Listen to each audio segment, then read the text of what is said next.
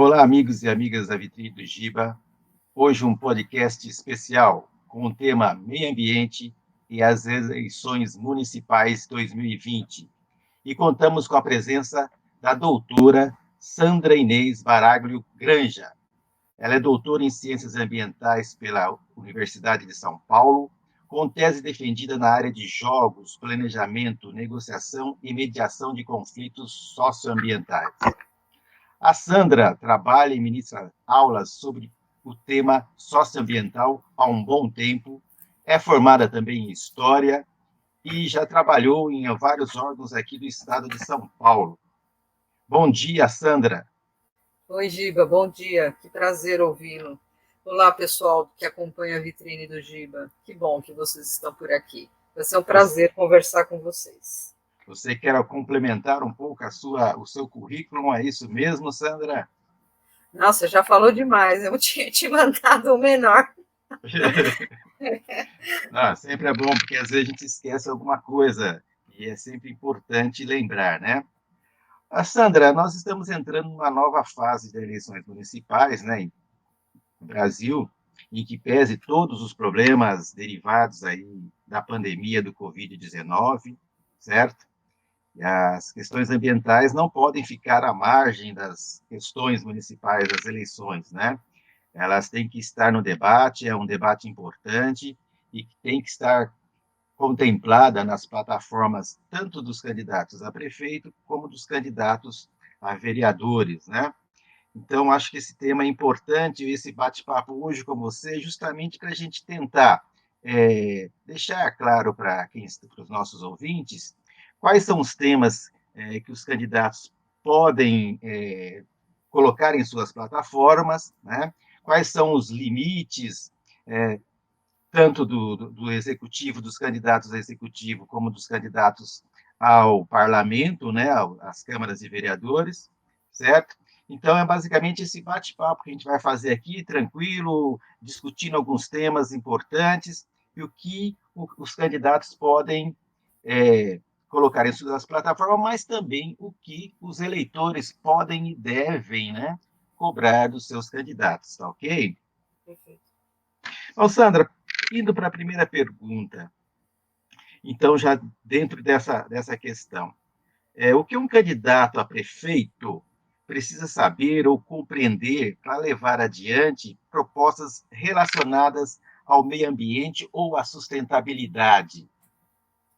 É uma ótima pergunta, viu, Giba? E especialmente a sua introdução, porque nós não estamos aqui para assessorar o prefeito ou a prefeita que vai se candidatar. Na verdade, a gente gostaria, né, que eles colocassem isso no seu programa de governo, na pré-eleição, e que os seus eleitores, né, na hora de se decidirem, olhassem se isso está contemplado, porque a questão do meio ambiente é realmente importante. Né? Então, quer dizer, o prefeito ou a prefeita que tiver ambições de se candidatar, ou vamos supor que ele já tenha ganho ou ela tenha ganho, é importante entender o plano diretor do município, né? Em que pé está, o que foi feito, o que não foi feito. Se você pegar, por exemplo, o plano diretor do município de São Paulo, você tem marcas daquilo que foi feito, há um acompanhamento daquilo que foi feito, do que não foi feito. Ele é de 2014, portanto, um plano que já tem algum tempo, mas planos diretores são assim, eles são longos, né, e eles projetam o futuro em seu planejamento, né, urbano e quando tem área rural também, tá certo? Então, o candidato, a candidata, ele tem que saber o que está acontecendo no município. E, como o nosso tema aqui é meio ambiente, ele olhar com carinho o que é que está previsto e o que não está previsto.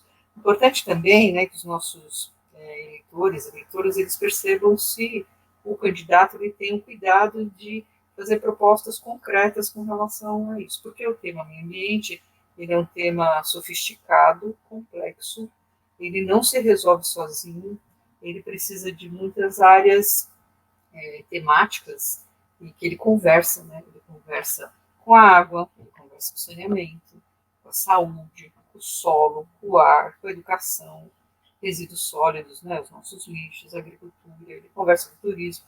Então, uma série de temas que estão interfaceados.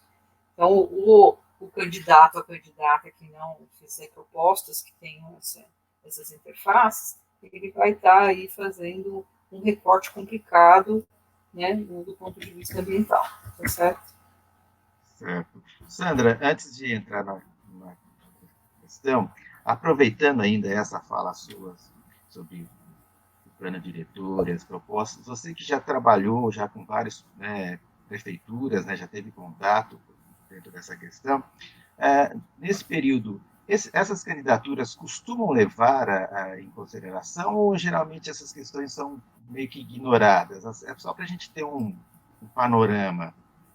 Olha, quando o município é estruturado, por exemplo, Campinas, enfim, municípios maiores, em geral, nos programas de governo aparecem sim as questões ambientais. Mas, às vezes, elas aparecem bem gerais, assim, né? E porque, como é muito sofisticado, o eleitor, ele talvez tenha, não sei, né, talvez parte desse eleitorado tenha dificuldade de entender essas interligações que tem no tema gestão ambiental. Isso pode ser um problema, então, o que ele faz? Ele transforma a peça do programa de governo dele, para ele ou ela se eleger, eles transformam isso numa peça fácil, ou seja, tem lá uma frase geral, né, de vamos nos preocupar com a questão ambiental, saneamento e tal, mas, na verdade, não tem muitas coisas específicas. Tem alguns partidos que apresentam coisas bem específicas. Vou fazer isso, vou fazer um corredor ecológico, vou fazer tal coisa, vou olhar a questão do saneamento, vou olhar o contrato, se, por exemplo, ele tem um serviço, né, que alguma operadora está fazendo, seja privada ou pública. Enfim, tem alguns que fazem isso, tem esse cuidado. Tem outros que não. Especialmente como, no caso de São Paulo, nós temos mais de 600 municípios, né? Quando o partido ele é estruturado e ele consegue olhar todas essas coisas, em geral, sai uma linha só se você tem candidato daquele partido no município. Então, isso está lá mais ou menos contemplado. Né? Agora, quando, às vezes, é muito pequeno um município, né? Tem municípios aqui em São Paulo que nem Secretaria do Meio Ambiente tem, ou sequer um órgão, né, que esteja sozinho ou vinculado com outros temas para lidar com a questão ambiental. Isso, eu não estou defendendo aqui que tem que ter secretarias, tá? Estou dizendo que, muitas vezes, o município, quando ele é muito pequeno, ou ele tem a política ambiental em algum lugar, em alguma política, outra, turismo, enfim, qualquer coisa, né, saneamento, né, enfim. E ele acaba sendo ainda menor do que ele realmente é. Por quê? Porque na hora que você coloca a política ambiental dentro de um outro tema que eventualmente não se conversa, não tem muito a ver, você acaba dividindo aquele pequeno orçamento que, em geral, você tem para a política ambiental, ele fica ainda dividido entre outros. Então, é uma diversidade muito grande, né? E mesmo quando você tem programas de partidos muito estruturados, né, da política ambiental, eles não é muito raro aqueles programas que tocam em todas as questões, porque é muito amplo, né, é um tema muito complicado, às vezes, né, ele conversa com muitas áreas e aí, para o eleitor, às vezes o comunicólogo, né, do partido fala, putz, isso é muito complicado, né? Será que o eleitor vai entender exatamente isso? Né? Então, você tem uma diversidade muito, muito grande. Agora, tudo bem, você tem a peça orçamentária, o comunicólogo fez isso. Tá certo, mas depois, se ela ou ele ganhar a eleição, isso precisa ser traduzido de como é que vai ser operacionalizada a política ambiental no município. Imagino que seja mais ou menos por aí. Sandra, o que é a competência exclusiva do município, né, em que a prefeitura precisa, em que ele precisa de outros níveis de governo para lidar na questão do ambiente, o que ele pode fazer única e exclusivamente no seu âmbito administrativo? Nós vivemos num país federalista, né? Então, eventualmente, tudo aquilo que o município não conseguir fazer, seja porque ele não tem institucionalidade, ou ele não tem um corpo de técnicos que possam fazer, ele precisa pedir ajuda. Essa é a primeira questão. De exclusividade do município, você tem a questão do uso do solo, né, que é o município que ele faz essa legislação, né, com relação ao meio ambiente, mas ele tem muitas interfaces com outras áreas. Vamos pegar um exemplo. Né? O município ele está dentro de uma bacia hidrográfica, por exemplo. Tá? E ele participou do município no estado de São Paulo, né, e na maior parte do Brasil, né, porque tem quase todo o Brasil tem os seus sistemas de recursos hídricos estaduais, né? Então esse município ele participa de alguma bacia hidrográfica e ele pode ter um representante dentro desse comitê. Bom, para que é um comitê? Né? Um comitê é um lugar físico-territorial, um recorte de uma bacia onde sentam municípios do Estado, órgãos do Estado e a sociedade civil, né, eleita, todos eleitos, todos com suas representações, e discutem qual que é a melhor pegada, né, de gestão da água naquele território. Tá? Agora, o comitê, ele entende, embora seja um comitê de gestão de água, de gestão de recursos hídricos, ele tem outras interfaces, que é o meio ambiente, enfim. Mas você também tem um conselho municipal, né, do meio ambiente, você tem um conselho de saúde também municipal, você tem vários, agora você vai ter também de resíduos sólidos, então você tem uma série de blocos institucionais onde a prefeitura e os seus técnicos podem participar. Ou seja, não vai ser por falta de participação e entendimento, mesmo que você, como prefeito ou prefeita, tenha uma dúvida daquilo que você tem competência ou não para fazer. Mesmo que as suas competências sejam, por exemplo, você não consegue legislar a respeito de um rio que passa pela sua cidade e vai para outra, é nesse comitê que onde as decisões elas são tomadas em relação a questões regionais, tá? Ou questão estadual. Você tem rios que nascem em outro estado, né, e vêm para o nosso estado. Né? Por exemplo, você tem no Rio de Janeiro, você tem rios que nascem em Minas Gerais e vêm para São Paulo. Então, você tem comitês que conseguem fazer isso. Então, a primeira coisa, a prefeita entender que tem esses lugares institucionais onde pode ser feita essa participação e fazer a gestão, né? Então ele pode ajudar a fazer a gestão no território da prefeitura, do município. Então, quer dizer, ele pode varrer melhor, ele pode administrar melhor a questão do solo, ele pode combater incêndio, ele pode proteger os mananciais. Se ele tem algum patrimônio arqueológico histórico, ele pode ter ações em relação a isso, ele pode delimitar a questão de invasões, ele pode fazer uma série de coisas, né, que está no território dele. Então, saiu do território dele, ele tem lugar onde ele pode participar. Ele pode se unir por consórcios intermunicipais para a realização de várias oportunidades públicas. Você tem consórcios, por exemplo, que os municípios não conseguiam montar um hospital. Com a ajuda daqueles municípios, eles fizeram um hospital para aquela região. Né? Você tem consórcios municipais que trabalham a questão da gestão da água. Aqui no ABC mesmo, você tem um consórcio super poderoso. Em Capivari, em Piracicaba, Capivari, você também tem outro consórcio que trabalha com a gestão, né, da meio ambiental, de recursos hídricos. Né? Então, o município ele tem que garantir a preservação e a recuperação do meio ambiente no território dele. E ele pode fazer muita coisa, né? Ele pode firmar convênio com entidade pública. O importante é que ele olhe para o que ele tem que fazer no território, seja para conservar e preservar, recuperar, né? Ele pode fazer coisas lá, quer dizer, ele pode pegar diretrizes ou no Conselho Estadual do Meio Ambiente ou no Comitê de Bacia, mas ele faz a sua aplicação da gestão no território. Ele pode proteger o recurso hídrico, ele pode minimizar impacto, ele pode reduzir contaminação. Veja, se ele tiver alguma indústria, ou mesmo serviços, comércio, ele pode fazer isso, né? Quer dizer, ele pode trabalhar com a questão da educação ambiental e de redução e melhoria de áreas de verde, de paisagem, de parques. Tem muita coisa para fazer, viu, Giba? Dá para fazer muita coisa. Ele pode não entender exatamente como ele vai atuar, mas como a gestão ambiental acontece no território, ele pode compartilhar como um país federalista, né, e usar os modelos de compartilhamento de responsabilidade, ou seja, se eu não consigo fazer, quem vai me ajudar a fazer isso? Ah, mas eu consigo fazer este pedaço no meu território. É por isso que também é muito difícil nos programas de governo, né, aparecer, porque tem muita coisa que você depende do federalismo de cooperação com o outro, ou com outro município, ou com um órgão do Estado.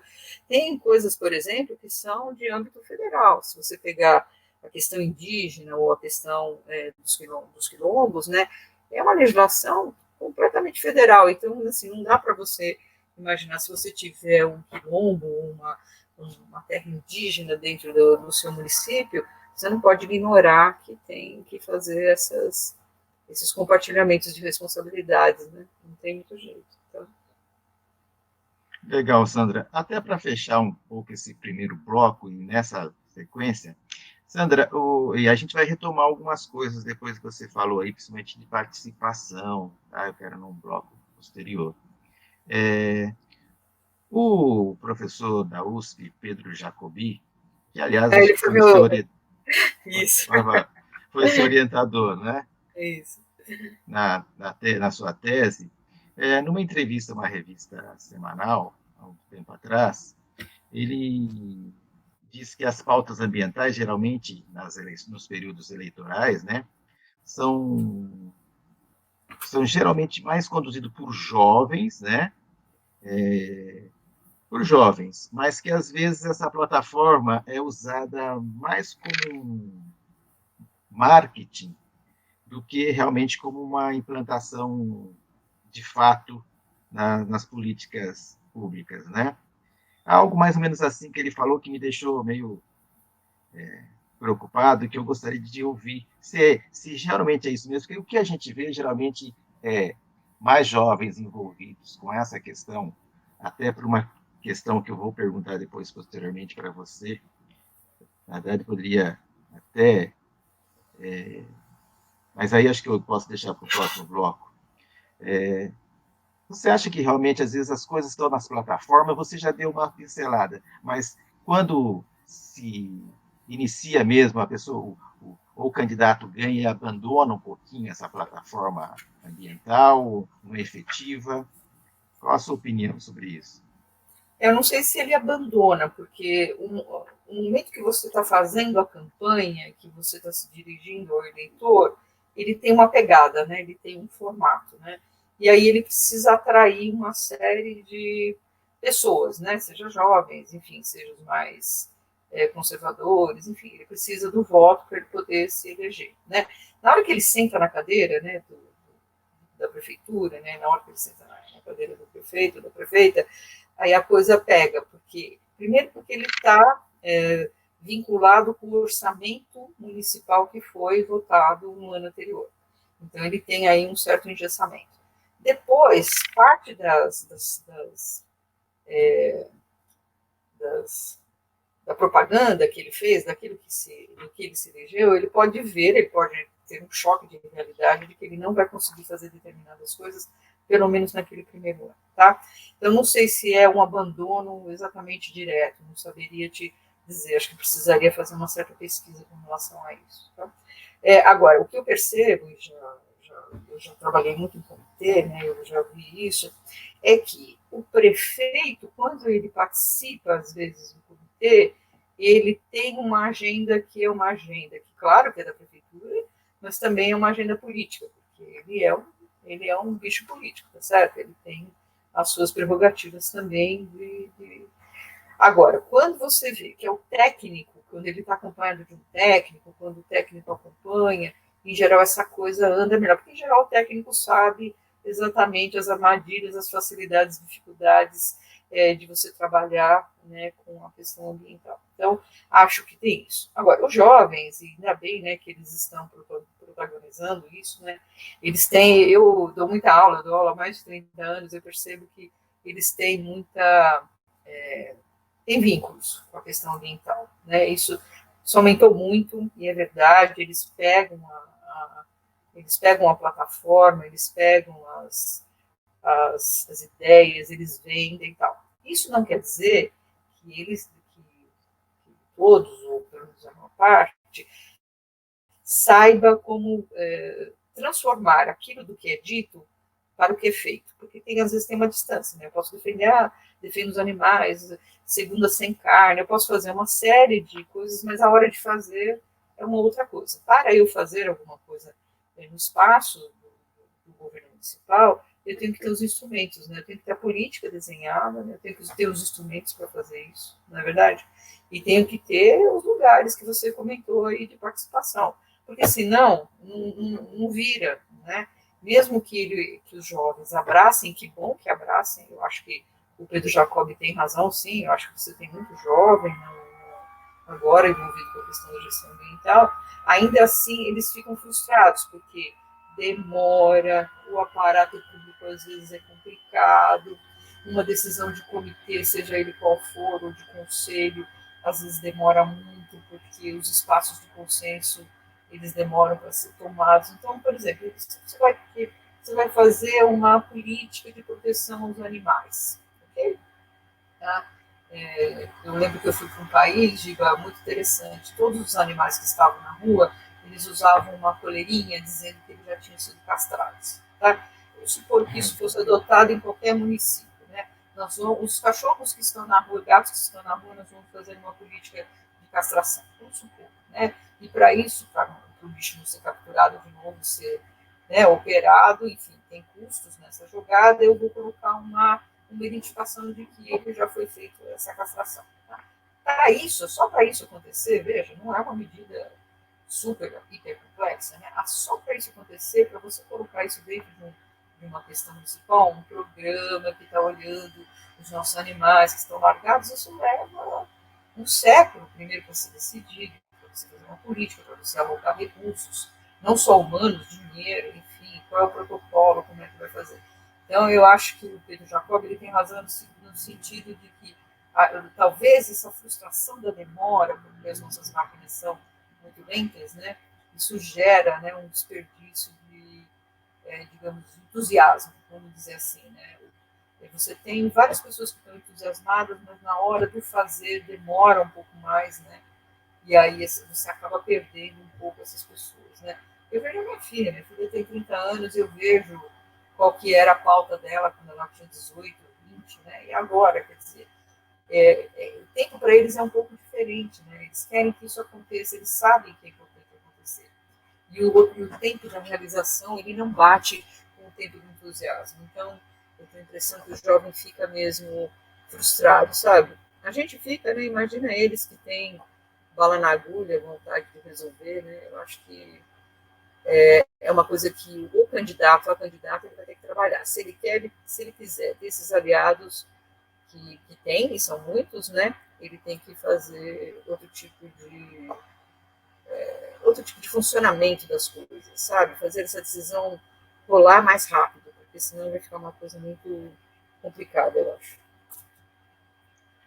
Ok, Sandra, falamos aqui nesse primeiro bloco sobre várias questões, plataforma dos prefeitos, as candidaturas ao executivo, dos programas dos candidatos, plano diretor, o que pode e o que não pode ser feito no âmbito municipal, entre várias coisas nesse primeiro bloco, com a Sandra Inês Baraglio Granja, que é doutora em Ciências Ambientais pela Universidade de São Paulo. Vamos daqui a pouco para o segundo bloco. Voltamos ao segundo bloco dessa conversa com a doutora em Ciências Ambientais pela Universidade de São Paulo, Sandra Inês Baraglio Granja, falando um pouco sobre o tema socioambiental nas eleições municipais de 2020. Sandra, há uma visão ainda muito grande de que as questões ambientais elas são coisas de cuidar de rio, cuidar de floresta, e não das questões que implicam na qualidade de vida da população. Como trabalhar no sentido de desmistificar um pouco essa percepção ambiental da população? Ótima pergunta, viu, Giba? Claro que floresta e rio é super importante, a gente não está eliminando isso, né? Mas não é só isso, né? A questão ambiental é muito maior, né? E aí, a questão da educação ambiental, ela vai perpassar tudo. E aí eu não estou falando desde você começar em casa isso, né? Desde bebê, o bebê que vai para a creche, para a escola, enfim. Você trabalhar os conteúdos em casa, né? Ou então na escola, ou qualquer lugar, você tem sempre que trabalhar isso com uma transversalidade, né? Eu conheço professores, tenho amigos professores que dão aula, sei lá do que, né? Matemática, vamos supor, né? Ele consegue fazer a questão transversal do meio ambiente dentro da aula dele de matemática.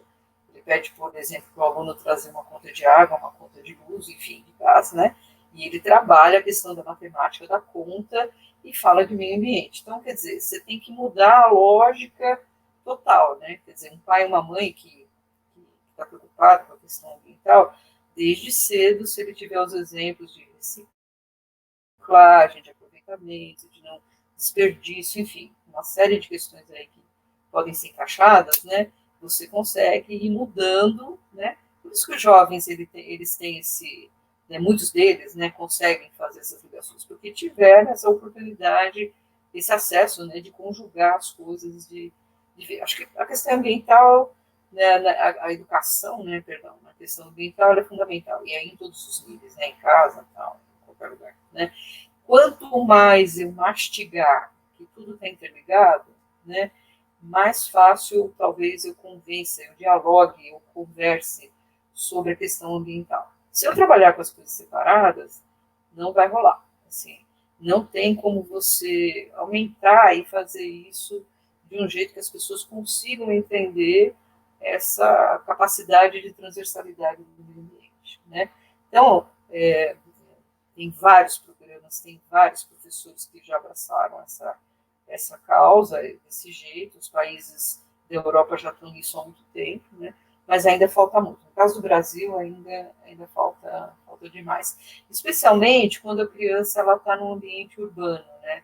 É muito mais difícil, né, para a criança que está num ambiente urbano fazer essas ligações do que talvez é uma criança que tem acesso a outras oportunidades ambientais, né? Então, o trabalho aí é imenso, né? Bom, além da educação, né, formal, não formal, enfim, os exemplos, o governo ele tem que fazer isso também nas suas políticas públicas, né? Sejam elas quais forem, né? Quer dizer, toda política pública eu tenho que, em linguagem simples, né, dizer como é que uma coisa está conectada com a outra, tá? Então, turismo, né? Então, eu tenho um programa de turismo. Eu tenho que ter essa capacidade como governo de dizer por que o recorte do turismo é assim, o que importa isso, como é que ele se relaciona com o meio ambiente, o que é que eu estou protegendo, o que significa, por que eu estou fazendo isso, por que as próximas gerações têm importância nessa equação. Enfim, eu acho que tem muita coisa que dá, sim, para trabalhar. Você vê professores que já estão fazendo isso em suas salas de aula, pais também, que já abraçaram essa situação, mas ainda tem muito o que fazer. Sandra, até falando um pouco de participação e aumentando essa percepção, acho que falta um pouco também da participação popular nos organismos ambientais, né? Lógico, a gente está falando não só das grandes cidades, falando de todas as cidades médias e pequenas do estado e também do Brasil, né? Você já falou uma coisa no começo que não é necessário criar secretarias, etc. Mas você acha como deve ser estimulada a criação de novos ambientes democráticos e participativos, ou de melhorar os já existentes, como é o caso, principalmente de São Paulo, que a gente tem os conselhos, né, regionais de meio ambiente, mas não todos os lugares funcionam, né? Nem todas as regionais funcionam. Na sua percepção, o que falta para que esses conselhos funcionem mais efetivamente? O lugar que eu trabalhava, muito tempo atrás, ele ajudou a montar os comitês do Estado de São Paulo, comitê de bacia hidrográfica. E depois de 10 anos de funcionamento, nós fizemos uma avaliação de como é que estavam esses comitês. E a gente teve de tudo, comitê que funcionava, comitê que não funcionava, gente que ia participar. Acho que a primeira coisa por que eu estou comentando sobre isso, né? Acho que a primeira coisa é a gente entender onde tem lugar para participar. E tem, viu? Tá cheio, né? Tem todas as políticas, você tem como funciona, como é que é, tá organizado, tem os diplomas legais para fazer isso, como é que funciona a eleição, tá. Agora, quais são os problemas, né? Primeiro, tem uma rotatividade muito grande, ou seja, vou falar, em geral, os conselhos e os comitês, eles têm 2 anos de mandato. Não estou dizendo que isso tem que ser alargado ou diminuído, não é isso que eu estou dizendo. Eu estou dizendo que, como é muito grande a volatilidade, a mudança, você sempre tem, às vezes, um percentual de pessoas que estão aparecendo e que são novas. Porque, às vezes, não tem um contato muito forte com as questões que estão sendo tratadas. Então, você tem que ter um programa, primeiro, de capacitação permanente para essas pessoas novas que entram em determinados conselhos. Então, se eu cheguei em um determinado conselho, não sei como é que eu faço para participar, não sei quais são as pautas, eu preciso ter, né, uma aproximação disso para poder fazer isso de uma forma adequada. Então, eu tenho que suprir isso primeiro com essa inserção, vamos dizer assim, deste novo olhar que está vindo. Acho que isso é uma primeira coisa. A segunda coisa é que você tem lobbies dentro, né, de conselhos, de comitês, que defendem uma determinada coisa. Tá? E às vezes esses lobbies eles se perpetuam, tá certo? Um determinado nada ilegítimo. Só estou dizendo que como é que a gente lida com isso num espaço onde tem que ser criado consenso. Essa que é a grande questão. E se você pegar boa parte dos comitês, dos conselhos, né, muita coisa está parada há muito tempo porque as pessoas não conseguiram chegar em consensos, né, a respeito de uma determinada coisa. Não que eu acho que tenha que chegar rapidamente em consenso nenhum. Só estou dizendo que a gente precisa estar disponível, né, para dialogar em determinados locos para que isso avance. Agora, tem muita briga também, né? As pessoas às vezes vão lá, elas não vão para dialogar, elas vão lá para brigar. Ou então para defender uma determinada coisa, mas se o dela não tiver homologado, ela fica o tempo inteiro, né? Porque tem muita gente que não está afim de dialogar. Então, há também eu acho, vamos pegar uma parte das participações, que elas precisam aprender a dialogar. Isso é uma coisa que não tem saída. A gente vai ter que praticar o diálogo pelo diálogo. Agora, tem mecanismos para melhorar o diálogo? Tem um monte, né? A gente pode fazer várias coisas para melhorar o diálogo. Tem uma série de facilitadores, técnicos, mediadores, enfim, tem um mundo aí que dá para você melhorar. Agora, o lugar, o comitê, o conselho, né, esse lugar de participação, ele tem que entender que isso é importante, né, e perseguir isso, né, porque o diálogo é o tempo inteiro infinito, né? Não tem jeito, né? Ou você dialoga, né? Ou fica uma coisa complicada. O que é que me apavora hoje, no contexto de hoje, né? Você estar com esses locais de participação enfraquecidos. E isso dá uma margem enorme, não é isso? Para que Exato. a pauta que é necessária discutir, ela foge da pauta. E ela simplesmente é abandonada ou por cansaço. As pessoas estão cansadas, né? Muitas estão cansadas, né? Elas estão discutindo várias coisas há anos, mesmo. Elas não se movem. E na hora que você se cansa, você fala, eu não vou mais lá, eu não vou participar, o que acontece? As coisas que estavam pautadas podem entrar outras pautas, e que não é necessariamente as pautas de todos, não é isso? Então, assim, eu sei que é duro dizer isso para o leitor, né, para o nosso ouvinte, mas assim, como é que eu não esmoreço, né, como é que eu não desisto de participar, especialmente frente ao contexto que nós estamos vivendo agora, né, de desmantelamento dos locais onde é possível participar e onde é possível garantir políticas públicas igualitárias, isonômicas, democráticas, onde a voz tenha empoderamento, onde se faça aquilo que o cidadão quer, a sociedade civil quer, entendeu? Não o que os nossos governantes querem. O Estado ele existe para fazer aquilo que a população deseja, na verdade. Então, assim, eu me preocupa muito isso, porque eu vejo o desmantelamento de muitas coisas que estavam funcionando, né? Não tem problema você discutir qualquer coisa nesses espaços, né? Mesmo aquelas pautas que, eventualmente, individualmente você não gosta muito, tem que ir para discutir, mas não do jeito do desmantelamento. Agora, eu percebo que as pessoas cansam, né? Quando elas ficam batendo na mesma tecla, né, e a coisa não anda, isso é um problema em geral, às vezes, dos conselhos. Né? Às vezes o conselho aprova uma coisa e ele vai para o executivo, ele vai para o governo municipal ou estadual. Tá? Para se realizar aquilo que foi aprovado, você tem, de novo, um tempo de execução que ele parece que ele é infinito. Né? Então, isso dá uma esmorecida enorme naquelas pessoas que estão aí querendo resolver. E eu lembro nessa avaliação que a gente fez, Giva, que assim, e faz tempo isso que a gente fez essa avaliação, né?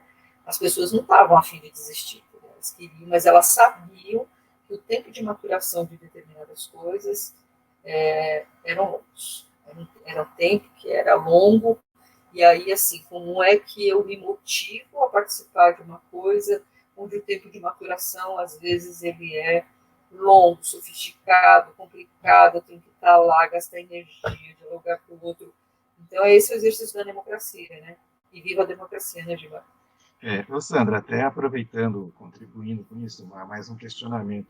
Será que o modelo organizativo desses conselhos também não estão esgotados, eles não precisam ser, de certa forma, reavaliados, retrabalhados, porque me parece que é um pouco também do modelo dos conselhos, né?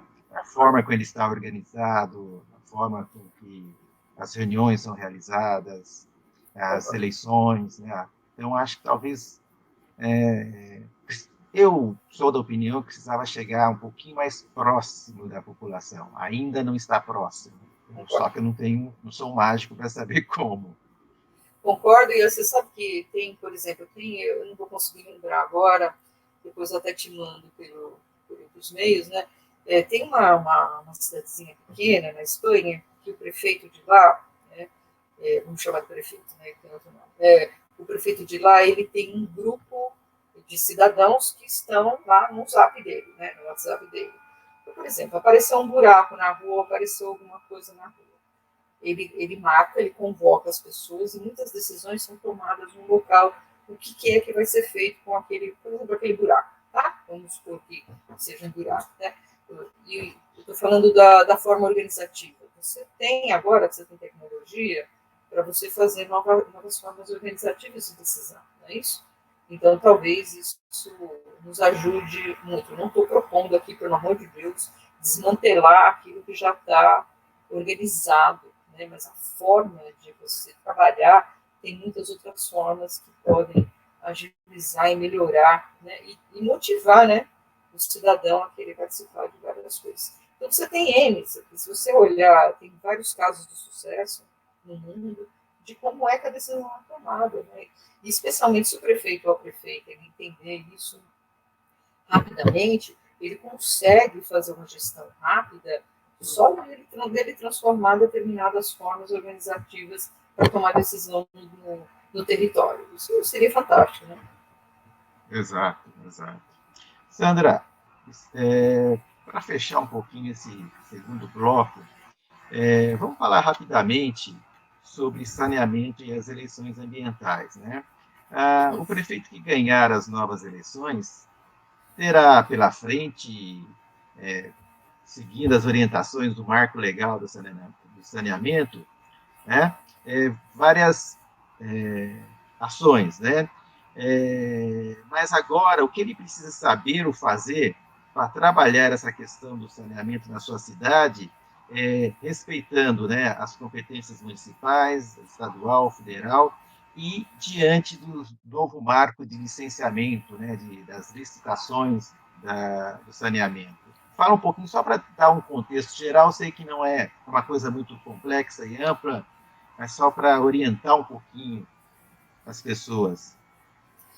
O prefeito, primeiro ele precisa saber na sua prefeitura quem é que presta esse serviço, porque ele pode ser autonomamente, ou seja, a prefeitura, né, faz a sua própria, presta o seu próprio serviço de água e esgotamento sanitário, enfim, ou se o município concedeu, né, a operação desse serviço, seja por uma companhia, a companhia estadual, né, do seu estado, ou se é uma operadora privada. Bom, primeiro entender isso, tipo de contrato existe, para entender como está esse contrato, o que foi feito, o que não foi feito, quais são os indicadores de perda de água, de afastamento, de coleta, de tratamento. Precisa entender, né? Se abastecimento, como é que está a universalização da água. Precisa entender primeiro todas essas coisas, como é que está. Quantos anos de contrato ou não, se no caso o município prestar o seu próprio serviço. Ele entender que ler com muito cuidado agora esse novo marco de saneamento. Por quê? Porque se o contrato dele estiver terminando, vamos supor que ele tenha essa prestação está sendo feita por um ente público ou um ente privado, saber como é que ele vai se comportar com relação a isso, né? Ele vai querer prestar para quem? Ele vai querer que a operadora estadual, né, pública, continue prestando, não prestando, vai querer passar isso para o privado, de qualquer forma vai ter que ser feita uma licitação, né? E queria anotar que aqui um novo marco de saneamento, ele ainda tem coisas que precisam ser olhadas com cuidado, tá? Eu vou dar um exemplo aqui, né? A água, ela é um bem público, tá certo? Quem faz a outorga, o que é uma outorga, né? É um ente público que diz, né, para quem vai usar a água, seja industrial, município, operadora pública ou privada de saneamento, quem quer que for usar, o agricultor, enfim, tá? Eu vou lá no órgão público e digo, olha, eu preciso usar a água. E ele vai dizer, bom, para quem você precisa usar a água? E aí uma concessão, uma outorga me é feita para eu poder usar essa água. Aí eu digo quanto que eu preciso usar da água. Porque o que significa isso, né? A água é um bem que é público, ele não está à venda, tá? Então o prefeito precisa estar atento a isso. Na hora que os contratos forem visualizados, reolhados, vistos, né, entender como é que isso funciona, por quê? Né? A operação do serviço, ela pode ser privatizada. Agora, a outorga, né, a questão da água, ela é pública, né? E isso ainda precisa, eu acho que vai causar ainda alguns conflitos, porque do jeito que está a nova lei de saneamento, para ela conversar com a Constituição e conversar com o Sistema de Recursos Hídricos Nacional, ainda tem algumas visões que vão precisar ser discutidas, porque eu tenho, embora o serviço ele possa ser privatizado, isso já está dito pela nova lei de saneamento, né? Eu tenho a água é um bem que é público, e ela tem que ser outorgada pelo bem público, tá? Esta é a regulação que cabe à questão do saneamento. Então, o prefeito, a prefeita, ele tem que tem que compreender essas questões, né? Ele tem que pegar alguém que o assessore de uma forma correta para ele compreender o que é que está em jogo, né? E assim, se ele quiser privatizar ou não privatizar, ou entregar, né, fazer com que a operadora do estado dele faça essa operação de serviço no município, né, precisa ter claro o que é que ele quer. Veja, o município ele é o titular, né, ele é o titular da concessão. Ele tem que conversar com quem vai operar esse serviço. E pode fazer isso agora pelo novo marco de forma regional, ou seja, pode se consorciar. Né? E veja, às vezes as operadoras privadas elas não querem pegar um município que não tem renda, que é difícil, não vai dar lucro. Então, você pode pensar outros formatos de prestação desse serviço. E o consórcio agora ele está sendo previsto nessa lei de saneamento. Então, aí, prefeitos, prefeitas, candidatos, olhem isso com carinho, porque é uma pauta importante, né? E, claro, né, se você tiver alguma dúvida, sempre conversar com o município é bom, né? O plebiscito existe e a audiência pública é bom para tratar também dessas coisas, tá certo? Você falou de uma coisa interessante aí no final, que estava na minha cabeça já aqui, sintonia, que é isso, né? Eu já que realmente muitos das grandes empresas não vão querer trabalhar em pequenos municípios, né? Porque não compensa em muitos casos, né? E aí o grande Privada, problema né, Giba? Privada, é né? Porque a pública, privada, porque a da pública privada. pega, né? Não tem muito, Isso. pegava, Não, não não, sei. empresas privadas. Isso. Por quê? não rende muito. E o principal problema é que é o saneamento, porque a água a gente tem praticamente a garantia, principalmente em municípios como o estado de São Paulo e dos grandes estados, né? A garantia em quase todos os lugares, mas o saneamento que é o grande problema, né? O esgoto, essas obras que a gente sempre diz na política que ninguém vê, então o político não faz, né? Porque não rende voto, porque ninguém está vendo, não são obras visíveis, né? E agora, mas mesmo passando para as empresas privadas, nem todas vão se sentir atraídas a realizar nesses locais. Talvez essa percepção que você fala de se juntar por bacia e fazer uma licitação em bloco, né? Talvez isso seja uma solução para esse problema. Tá? Isso é apenas uma ponderação, não é nem uma pergunta, tá, Sandra? Perfeito, né? Mas eu tenho a Né? impressão, Giba, que ainda o novo marco, na hora que ele vai ter que conversar com as outras leis, porque o saneamento, como é que eu entendo o saneamento? O saneamento ele faz parte de um guarda-chuva chamado gestão ambiental, então ele é um dos usos, entendeu, da água, e a água faz parte dessa gestão ambiental. O saneamento ele não é uma coisa autônoma que ele não pode considerar o restante das outras políticas, entendeu?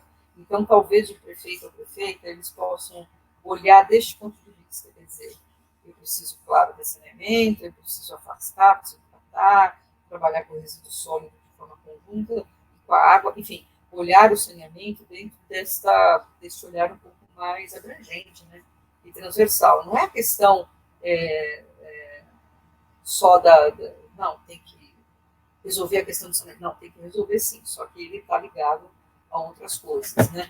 E a questão dos consórcios, como você bem lembrou aí, ele é um dos formatos possíveis, né? O que precisa só é ter os municípios terem condição de porque o financiamento de uma planta de saneamento às vezes não é, às vezes é complicado, né, para município que não tem muita capacidade de investimento, né? Então tem bancos aí públicos que podem, né, ajudar, né, eventualmente essas transformações aí. Tem que ter solução, né? Não dá para ficar com saneamento do jeito que a gente está. É verdade, tem que ter solução. Do jeito que está, realmente não dá para continuar. Então, alguma coisa tinha que ser feita, né? Na realidade, o marco está aí desde 2002, ele só faltou ser regulamentado em algumas coisas. 2002, não, 2000, acho que é 2002. Não, um Não, pouquinho Giba, mais. isso. Não, Giba, no Congresso está 2 anos, mas eu lembro que eu participava de discussões em 90, aqui no estado de São Paulo, porque a gente Isso. queria montar um marco. Então, isso está muito mais de 25 anos, né? Sendo É, conversado. É uma coisa, é uma pauta complicada, não é simples, né? não, realmente não é uma pauta simples. Bom, estamos fechando esse segundo bloco de conversa com a Sandra Inês Baraglio Granja, doutora em Ciências Ambientais pela Universidade de São Paulo e que trabalha e ministra as aulas sobre os temas socioambientais. Bora. Voltamos ao terceiro bloco desse bate-papo com Sandra Inês Baraglio Granja, doutora em Ciências Ambientais pela Universidade de São Paulo e que trabalha e ministra as aulas sobre o tema socioambiental. Sandra, vamos falar agora nesse bloco, terceiro e último bloco, sobre algumas questões ainda relacionadas principalmente à questão de gerenciamento, ao gerenciamento de resíduos sólidos, que é um problema sério ainda que nós enfrentamos, não só nas grandes cidades, mas também nas pequenas cidades, né? Quais ações o município deve considerar no gerenciamento de resíduos sólidos? Então, o resíduo sólido, eu acho que ele tem que estar junto com a questão de saneamento, né? Você fica com um arco ambiental que você consegue visualizar melhor as questões. É claro que você pode trabalhar os resíduos de forma separada, claro. Né? Mas se você olhar junto com o saneamento, você tem do ponto de vista, você tem um ganho aí bastante importante. Tá? Tem municípios que já têm o seu plano. né? Todo município agora tem que ter um plano municipal de resíduos, né? Tem alguns que ainda que não conseguiram fazer, o Brasil é muito grande, tem mais de 5.500 municípios, então acho que tem prazo, né, para isso acontecer, então isso imagino que vai ocorrer, né? Bom, qual que é a grande questão, né, do lixo, né? Uma cidade como São Paulo é uma coisa absurdamente complexa, né? Absurdamente. Não tem espaço, você tem que negociar com outros municípios a questão do seu próprio lixo, a geração de toneladas e toneladas dia sobre isso é uma coisa absurda. Parece quase um mundo à parte. Né? Então, é diferente, né, a política municipal para um município que tem uma geração enorme e daquele município que tem uma geração menor. Tá? Para aquele município que tem uma geração menor, é mais fácil resolver do ponto de vista da educação ambiental. Quer dizer, você tem que ter um forte apelo, né, com relação a isso, né, e fortes parcerias. Né? Então, se você tem, por exemplo, fazer fortes parcerias com aqueles que não colocam, vamos dizer, embalagens que, em vez de você reciclar, você acaba comprando a mesma coisa com a mesma embalagem e sem poder reaproveitar. Né? No caso de municípios pequenos, além da questão da educação ambiental e você fazer essas parcerias, é muito mais fácil, quando você está perto, num território de convencimento ao cidadão, você pode fazer políticas de participação da cidadania, e eu vejo várias cidades que pegam um lixo e reciclam e fazem ambientes de Natal, enfim, faz uma série de eventos aproveitando aquele lixo que foi disponibilizado na própria cidade. Você tem aí vários projetos que você consegue fazer. Agora, para cidades mais estruturadas, onde a geração de lixo, a pegada é um pouco diferente. Né? Você tem que fazer, claro, educação ambiental, uma série de coisas que eu estou dizendo para cidade pequena, mas uma escala muito, muito maior. Me parece, posso estar enganada, que você tem que fazer parcerias, né, que no caso de quando você tem escala de lixo, fazer determinadas parcerias que elas sejam... você tem investimentos para você aproveitar os lixos produzidos, né, os resíduos produzidos. Né? E tem formas, né, de você fazer. Quase tudo agora é possível você... mesmo isopor, né, que era uma situação complicada, que fazer com isopor, né, você tem agora a possibilidade de transformar o lixo em projetos que são de reaproveitamento para questões industriais. Você pode colocar, você pode aproveitar para construção, você pode aproveitar para terrenos mineiros de estrada, você pode fazer uma série de coisas. Dependendo do material, você pode fazer esse reaproveitamento de uma forma que tenha escala. Tá? E com isso, significa que a prefeitura ela tem que estar disposta, ela tem que ter um corpo técnico muito especializado para isso, para ela poder fazer esses contatos e montar essas parcerias para minimizar e para reaproveitar, né, esse tipo de lixo que tem aproveitamento. Tá? É claro que isso vai desde uma associação de catadores, né, que é uma coisa mais um pouco menor, né, que ela está restrita a determinados bairros, a determinados pedaços da cidade, até coisas de alta escala. Então, essa política ela tem que ter esses olhares para determinadas escalas. Tem coisa que, claro, o catador consegue fazer, né? E tem coisa que ele não consegue fazer. E aí eu vou ter que pensar em outras estratégias. Tem muita coisa publicada, viu, Gilda? Sobre isso, sobre estratégias de utilização disso. Então, aí, como vocês falam de eleições municipais, o candidato, a candidata que tem que colocar isso no seu programa e já ter aí meio na agenda, né, como é que ele vai articular com essas parcerias de transformar, né, de reaproveitar esses resíduos para...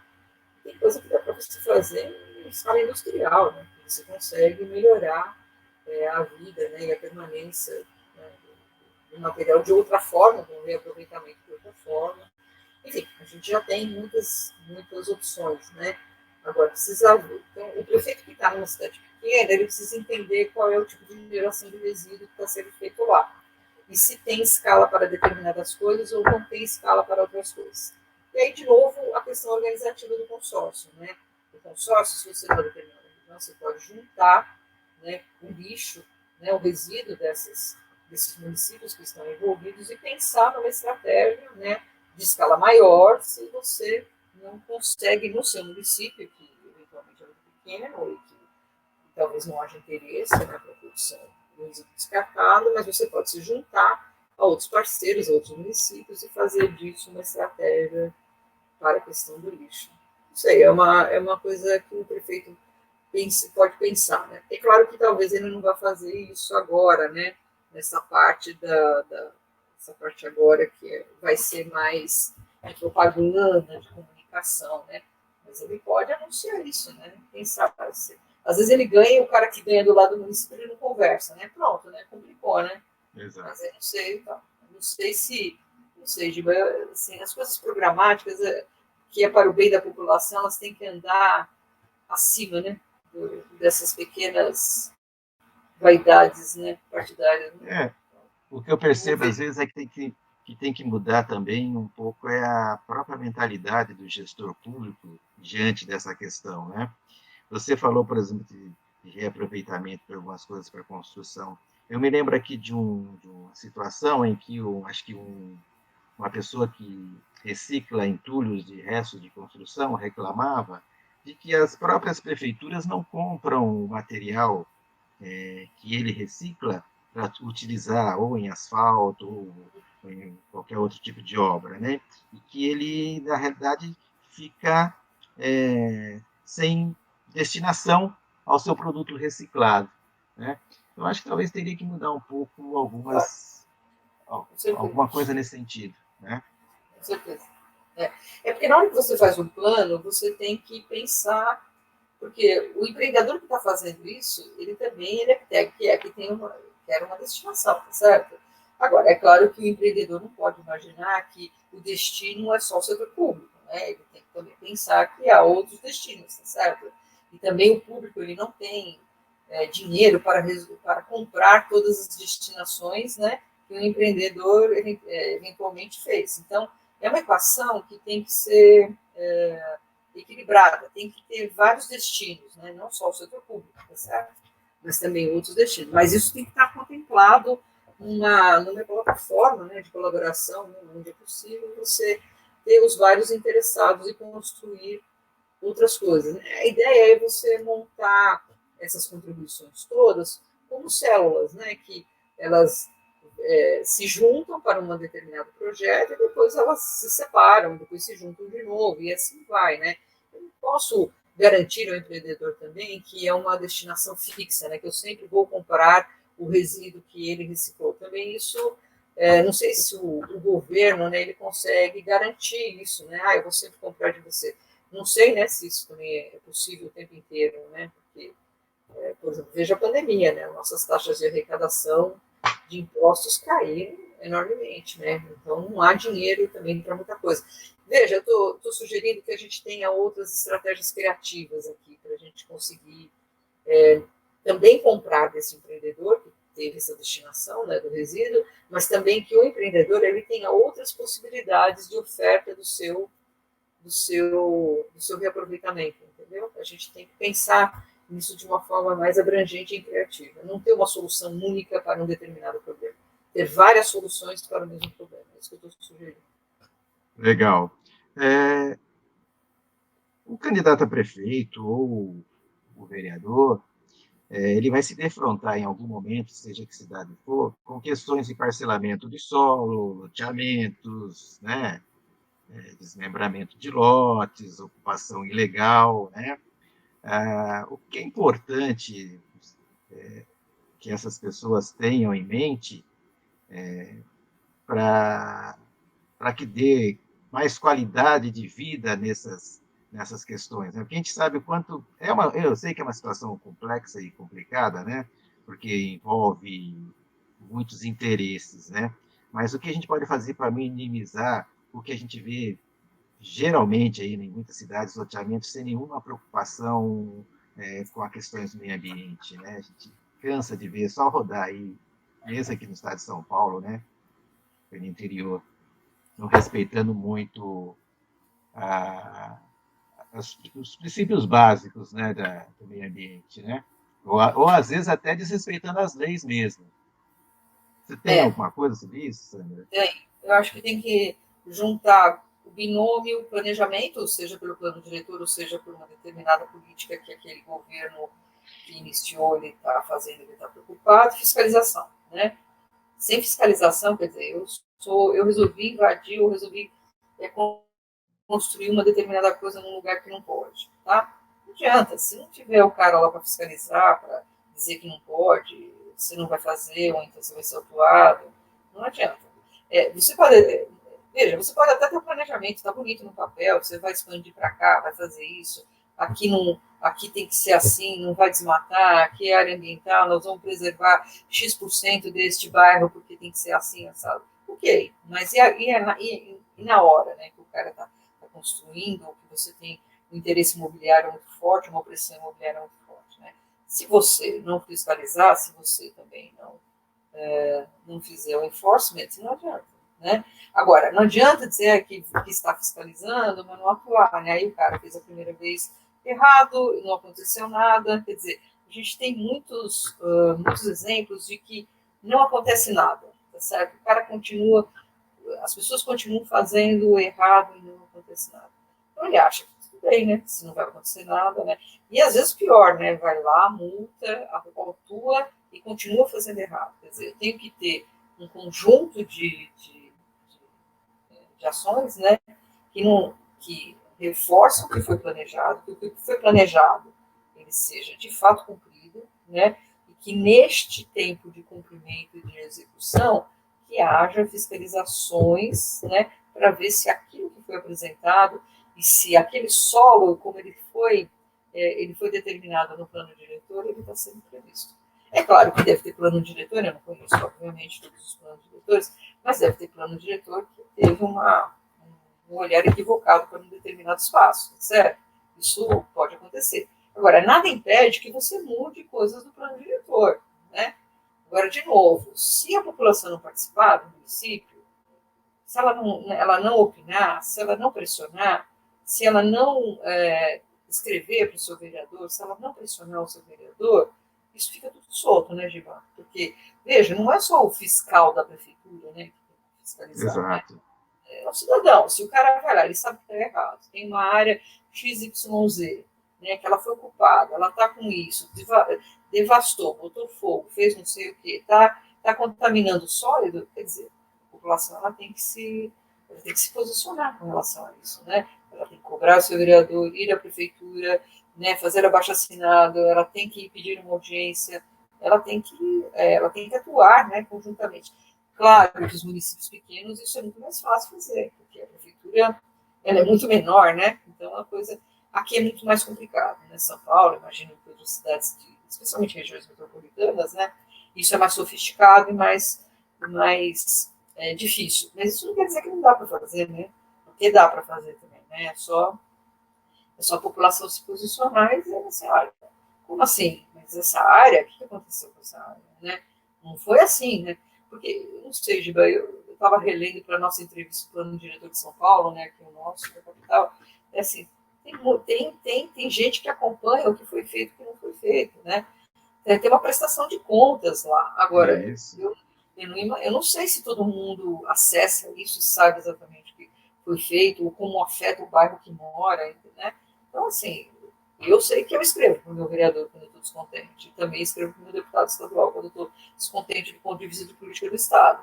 Quer dizer, se eu não participar, a coisa não vai andar, né? Então eu tenho que também pressionar, né? Assim, É, um conjunto de. É um TPAI sofisticado, né? até por experiência profissional, eu, eu observo que essas audiências de prestação de contas não vai praticamente ninguém, ou elas são mal divulgadas, ou quando são bem divulgadas, pouquíssimas pessoas acabam participando dessas plenárias. Eu acho que também precisava rever alguns conceitos, como chegar a essa prestação de conta da população, porque realmente o nível de participação é bem abaixo do esperado. Né? É lógico que depende muito de administração para administração. Algumas investem muito mais na comunicação dessas plenárias, então fazem com que essas plenárias sejam um pouco mais representativas, né? Outras simplesmente fazem tudo para travar, né? São plenárias fechadas, onde a população praticamente quase que não pode participar e dar a sua opinião. Então, é isso que eu falo em alguns casos lá atrás, na pergunta do segundo bloco, sobre participação, ampliação da participação, ou que a gente altere um pouquinho os mecanismos de participação, né? Nas secretarias do planejamento, você tem lá no site justamente o que você falou. Hoje acho que mudou, é a Secretaria de Licenciamento, né? A questão do plano diretor, que você realmente pode acompanhar tudo, mas são pouquíssimas pessoas, geralmente são quem mais faz esse tipo de acompanhamento são algumas entidades, né, associações, aqui no, eu posso falar como a nossa São Paulo, por exemplo, né, que tem acompanha essas questões mais de perto, né, e outras tantas que no momento eu não consigo me lembrar, mas existem mais organizações que fazem isso, certo? Bom, então, deixa eu complementar uma coisa. Agora, veja, se eu sou um eleitor que estou insatisfeito, mas não reclamo, aliás, não fiscalizo, não ponho... Assim, não adianta só eu reclamar. A queixa, ela não leva a nada. Entendeu? Não adianta ficar só reclamando e não usar os mecanismos que eu tenho para que a coisa ande do jeito que... Não é verdade? Então, assim, a queixa, ela não tem saída, né? Eu tenho que usar os mecanismos de participação para atuar. Senão as coisas vão permanecer exatamente como elas estão. Né? Exato. Sandra, agora uma pergunta mais de sociólogo do que outra coisa. Geralmente as críticas à sociedade de consumo, né, que não são críticas novas, né, já são críticas que estão aí há muito tempo nos debates sobre os vários tipos de pensamento de desenvolvimento, né, da economia, sustentável ou não, desenfreado ou não, certo? Então a gente tem várias críticas à sociedade do consumo que nós estamos vivendo hoje, né? Você acha que essa percepção de desenvolvimento desenfreado está começando a mudar? Ou você é mais ou menos como eu, assim, que não tem muitas esperanças, né? E que a gente vai ter que pagar muito ainda pela degradação do meio ambiente? Puxa, olha, bela pergunta. Tem dias que eu acordo achando que tem solução, entendeu? Vejo programas fantásticos. Tem um programa, por exemplo, em Boston, que eu estava lendo outro dia, que os pais levam seus filhos num lugar para pegar roupas, porque lá você deposita o que você deseja e o outro pega aquilo que ele precisa, entendeu? Então ele vai nesse lugar, que é uma espécie de um galpão comunitário, ele pega a roupa para os filhos, tá? Não estou falando de coisa rasgada, suja, né? Estou falando de coisas que são reutilizáveis, né? Então tem tudo lá, tem eletrodoméstico, enfim, tem uma série de coisas. Né? Então quando eu leio essas coisas, eu acho que o mundo tem salvação, sabe? Que a gente vai conseguir fazer essa redução. Quando eu vejo jovens engajados e as pessoas, essa meninada que está aparecendo na televisão e estão engajando projetos, enfim, eu fico super animada. Mas aí eu vejo o vizinho do lado aqui colocando um lixo sem o mínimo de separação, né? Então, tem um pedaço, Giba, que acho que da população, a gente vai ter que investir muito, muito, muito, muito, muito, muito na questão da educação ambiental. Quer dizer, eu imagino aqui que o meu vizinho, ele não consiga, já tentei falar com ele, viu, ouvintes, eu tenho a impressão que às vezes não sabe como fazer determinadas coisas, ou não tem ideia de como é que uma coisa se relaciona com a outra, né? Eu não sei você, a sua trajetória, mas a minha trajetória agora é comprar exatamente o necessário do necessário do essencial, né? Há também uma mudança de comportamento individual, né? De você imaginar que você não precisa daquilo, né? Ou que você pode viver mais um tempo com aquilo que você tem, né? Então, às vezes me desanima, eu não sei, a gente é da mesma geração, né? Então eu fico às vezes meio desanimada, mas não quero perder as esperanças, não. Eu quero crer que que os meus netos vão ter um país melhor, um mundo melhor, viu? Eu vou para a praia, eu fico pegando lixo na praia, tipo, eu vou com um saco, pego um monte de lixo e tiro no lixo, entendeu? Mesmo quando eu estou de férias, viajando, quer dizer, comportamentos, né? Comportamento. A gente está praticamente entrando no final aqui dessa entrevista, do terceiro bloco da entrevista. Você falou muitas coisas e que está no meu imaginário aqui, e que eu tenho, de certa forma, pensado muito ultimamente, mas também, assim, de uma forma não tão otimista, mas que eu acho que poderia ser uma solução, que é uma forma da gente redefinir um pouco a questão das coisas comuns, né? Do que é comum e da gente começar a valorizar um pouquinho mais o que é comum, certo? Até comum, e comum não é só as coisas, vamos dizer, tangíveis, né? Como a água, o ar, né? Que é comum, mas também até serviços, né? O serviço público, né? É uma coisa comum que a gente tem que repensar, né? E várias outras coisas. Então, assim, isso me leva a gente repensar, a valorizar o que é comum e ter um pouquinho de mudança de mentalidade, né, e ser gestor dessa mudança de mentalidade das coisas que são consideradas ou bem, antigamente bem comuns, mas a gente está tentando tirar essa palavra bens e deixar como comum mesmo, né, o que é comum. Tá?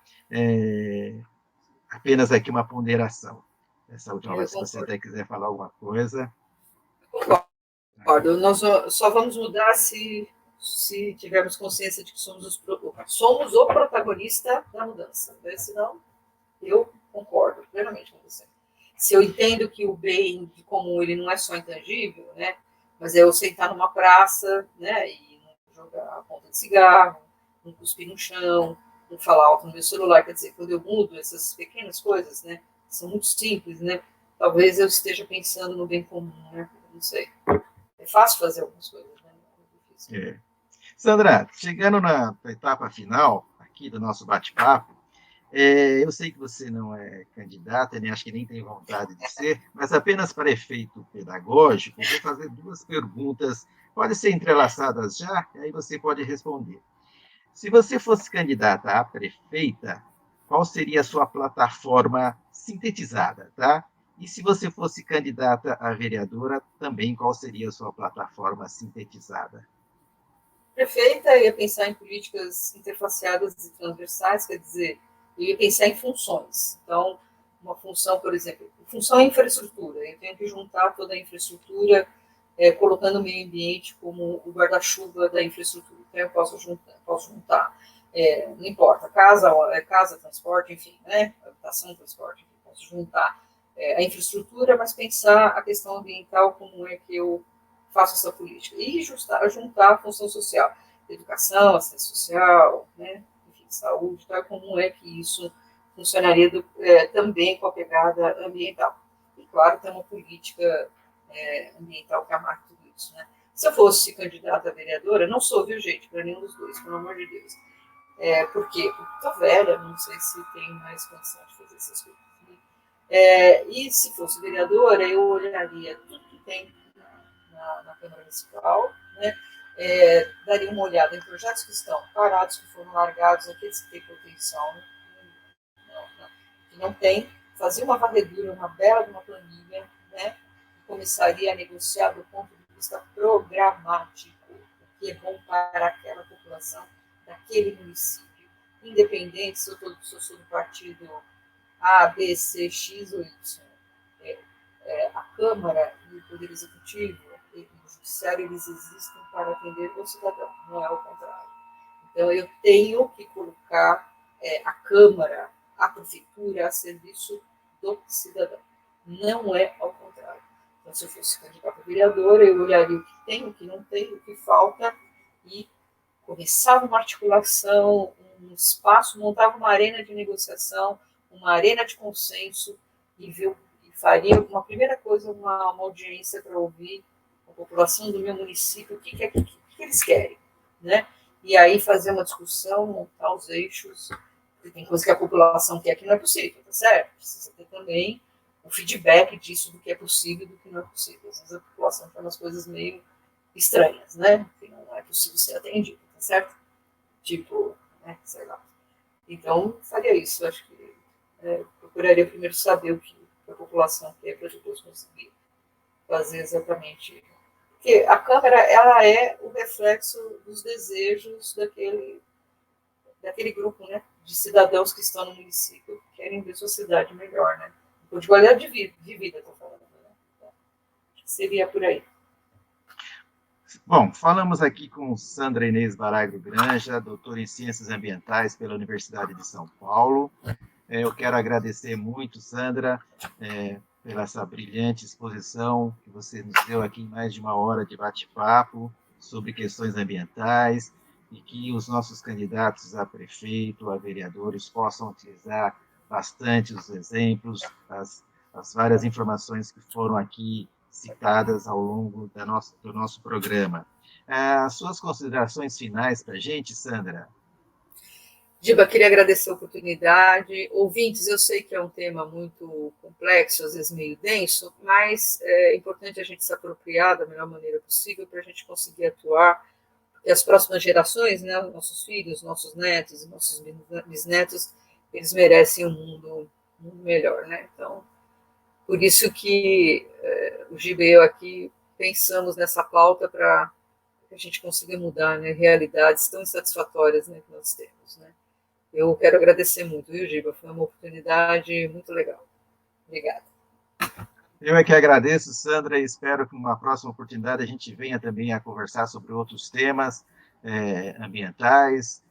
Aqui o canal está aberto a você sobre essas questões. O que você precisar, estamos à disposição. O papo de hoje foi com Sandra Inês Baragro Granja, que é doutora em Ciências Ambientais pela Universidade de São Paulo, que trabalha e ministra as aulas sobre o tema socioambiental. Eu espero que vocês tenham gostado e até a próxima.